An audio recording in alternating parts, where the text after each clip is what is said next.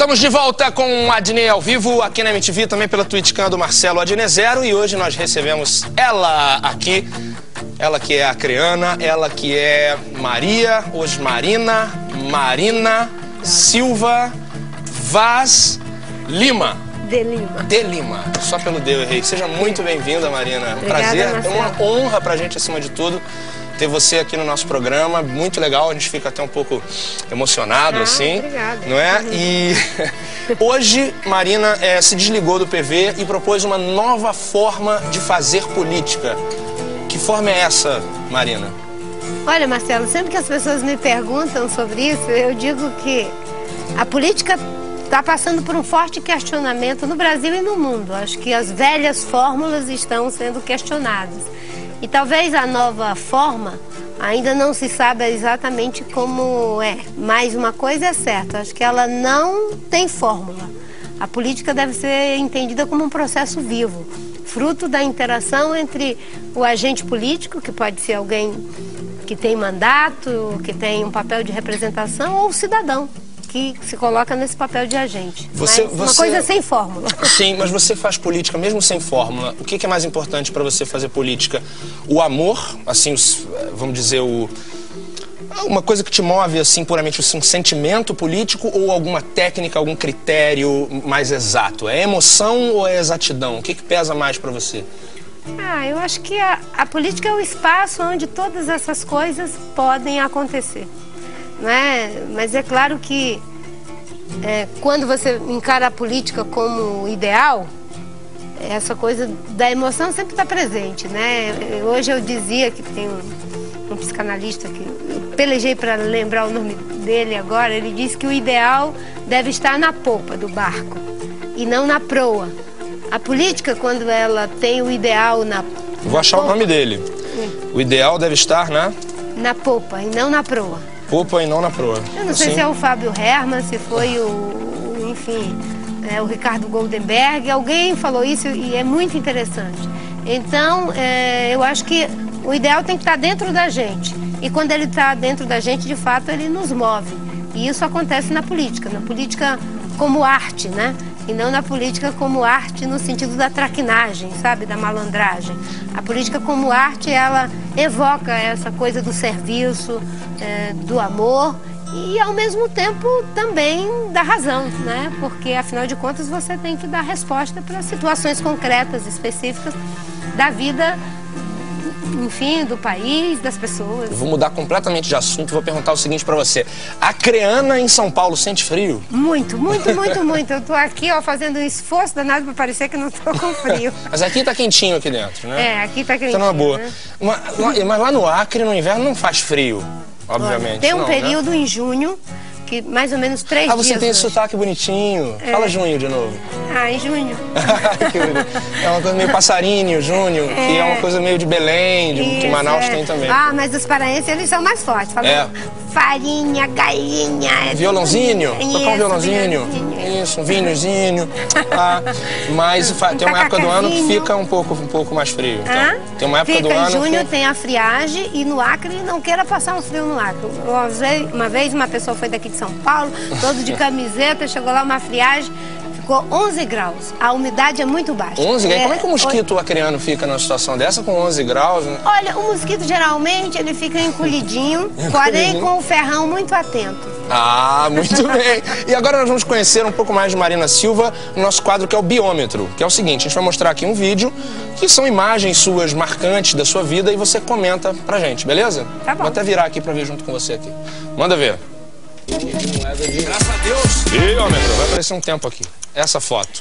Essa foto foi um empate feito na Fazenda Bordão, Chico Mendes ainda era vivo, contra um grande desmatamento que tivemos lá de mais ou menos 700 hectares que iam ser derrubados e juntamos pessoas, homens, mulheres, crianças, idosos e fomos para evitar que a floresta fosse derrubada. Essa aí eu acho que 89, foi, né? Na antiga sede do que hoje é o Instituto Socioambiental. Lá e aí você é ministra do Meio Ambiente, aqui, né? é o ministro do Meio Ambiente de cochicho com o Lula. E aí? Ai, ali eu estava, assim, muito animadinha, pelo visto. Ah, com os 20 milhões de votos. Na campanha, exatamente. O carinho das pessoas. Ali foi no Rio de Janeiro, no dia do lançamento da nossa campanha no Rio de Janeiro. Família? Ali é a família, né? A família Silva. As filhas e os filhos. Que bonitos. E os Silva nasceram lá no Acre também, não? Os Silvas todos nasceram no Acre. E você teve 20 milhões de votos. Quase 20 milhões. Isso é mais do que o Restart teve no VMB. Eu sei, é uma coisa impressionante.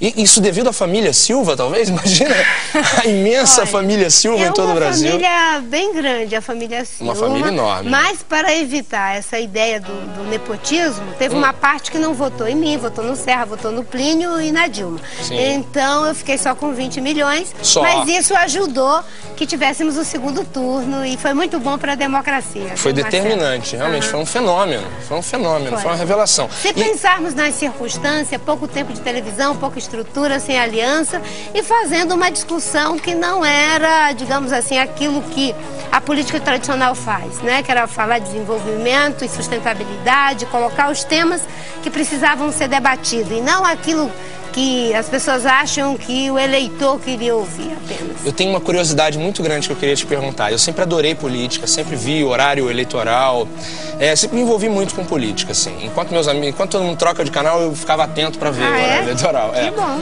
E aí, o que acontece? Acontece que eu fico muito curioso com o debate.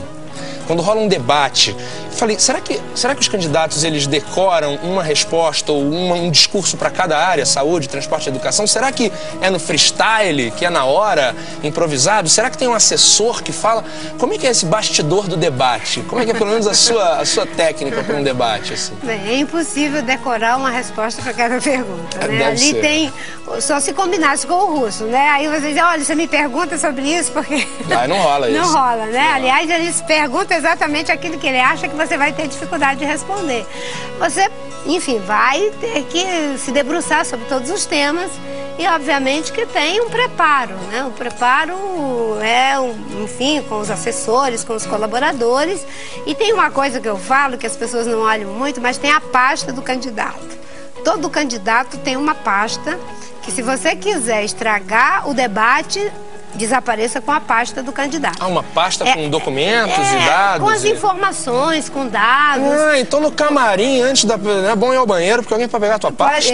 Não, ele vai pro banheiro, ele leva a pasta. Mas isso nunca rolou de sumir uma pasta? Não, nunca rolou. Mas tem tudo lá, a pasta tem... tem ali as informações. Geralmente você não dá para consultar, porque não dá para ler, mas tem um efeito psicológico. Se não tiver a pasta, você entra em pânico. E tem uma cena muito comum que é assim, muito bem, candidato, eu quero lhe responder.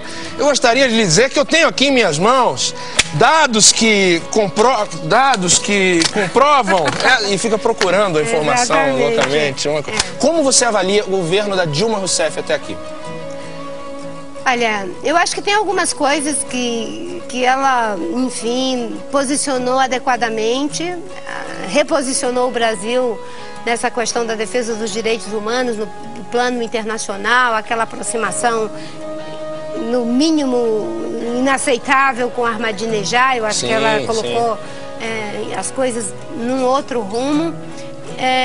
Na política social, a ideia de que vamos reduzir, acabar com a miséria, com a miséria extrema na vida das pessoas, isso é muito importante, sinalizando para uma outra direção de política social que eu até defendi durante as eleições, que é fazer com que as pessoas tenham uma inclusão produtiva, criando igualdade de oportunidade para as pessoas. Isso é uma coisa interessante.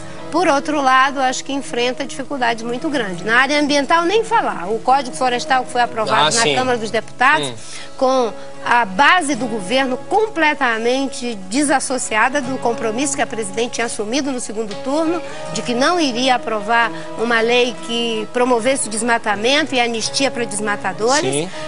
E a base se descolou completamente dessa posição que a presidente assumiu. E agora esses casos de corrupção que vêm sendo denunciados no Ministério do Transporte, consequências graves, como estamos todos acompanhando. Então, de sorte que nós temos que ver que há um esforço, pelo menos, que eu sinto da parte dela, de não compactuar com isso, e ao mesmo tempo refém das alianças que fez. Pergunta dificílima aqui pra você. Dilma ou Lula? Dilma ou Lula, em que sentido? São tantos sentidos, né? Então eu vou facilitar. Eu te perguntei sobre a Dilma, agora eu te pergunto então sobre o Lula. Com quem você trabalhou no ministério dele, depois se desligou do PT. Como é que você enxerga essa figura tão importante, o Lula? Olha, eu tenho uma relação com o presidente Lula de 30 anos, né? Eu fundei... Aliás, você está com quantos anos agora, Marina? Eu, 53. Não, mas 53. Isso é de domínio público. Ah, domínio público. Dia 8 de fevereiro, parece. 8 de fevereiro.